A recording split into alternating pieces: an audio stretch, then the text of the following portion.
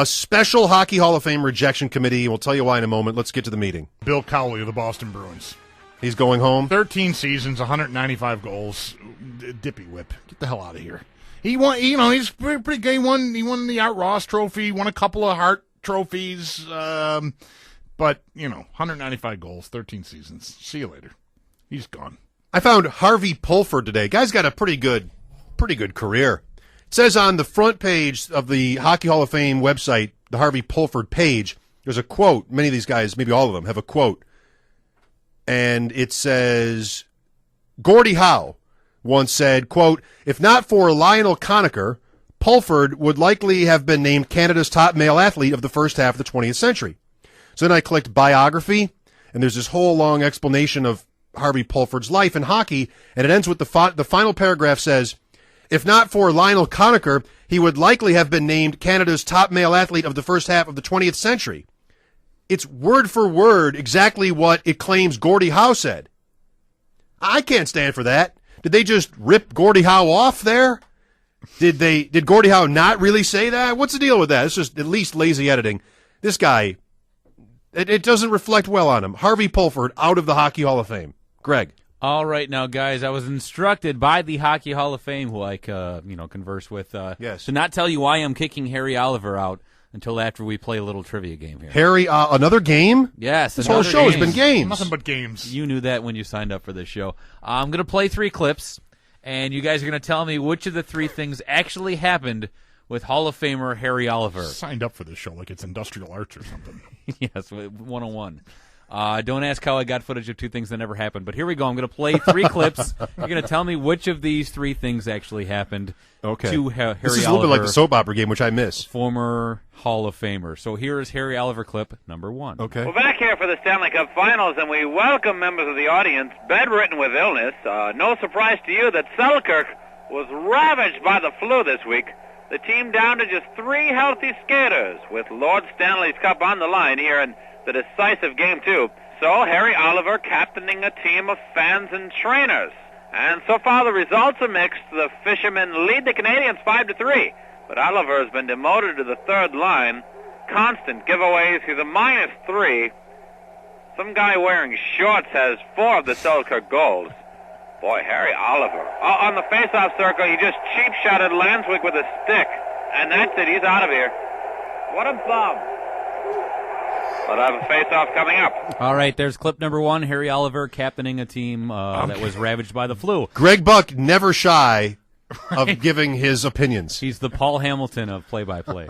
Here is Harry Oliver clip number 2. If you're just joining us, what a show being put on by the young Harry Oliver, the Calgary Tigers phenom. On the ice to the face-off won by Manitoba. Dutchman back to Oliver, who fires the puck and scores. There it is. Oliver breaking his own record for the 5th time this period. Harry Oliver with his 10th goal in just this period. There has never been a display of goal-scoring prowess like this, folks. Remember that name, Harry Oliver. That's Oliver. I don't know, I just felt like spelling his name.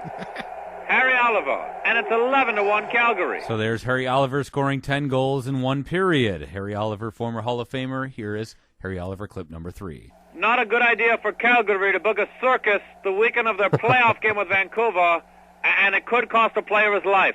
Tiger forward Harry Oliver has been caught near the playing surface with a bear. It is a circus bear. Someone get in there and help.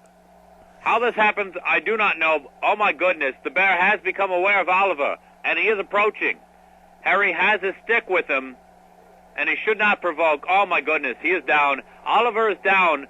The trainers are finally stepping in. The bear has been distracted and is being taken away. They're rushing in to help Oliver. God, I fear they're too late. Oliver is not moving. We need a moment. I need a moment. Uh-oh. Goodness.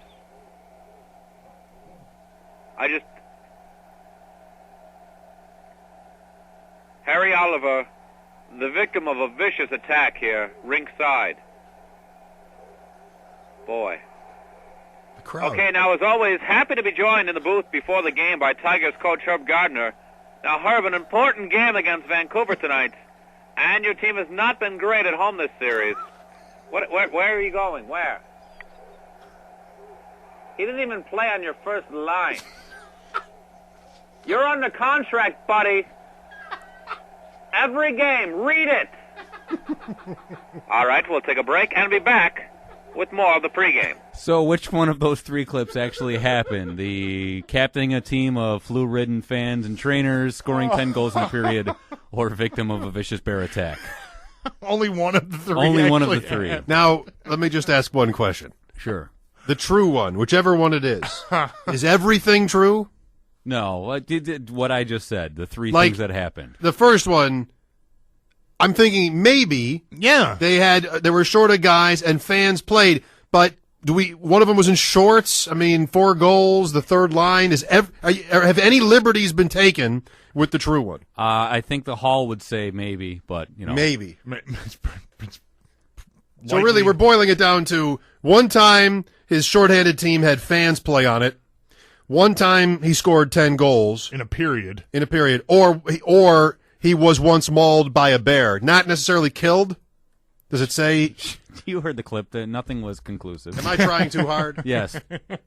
Which of these things happened? I think flu-ravaged team happened. I that sounds very likely to me.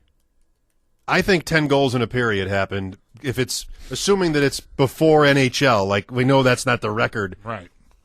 7 goals in a game is the NHL record. 10 goals in a period, maybe. What era are we talking about here? There were bears. There were bears. What era is this? Who ravaged Were these teams. games outside?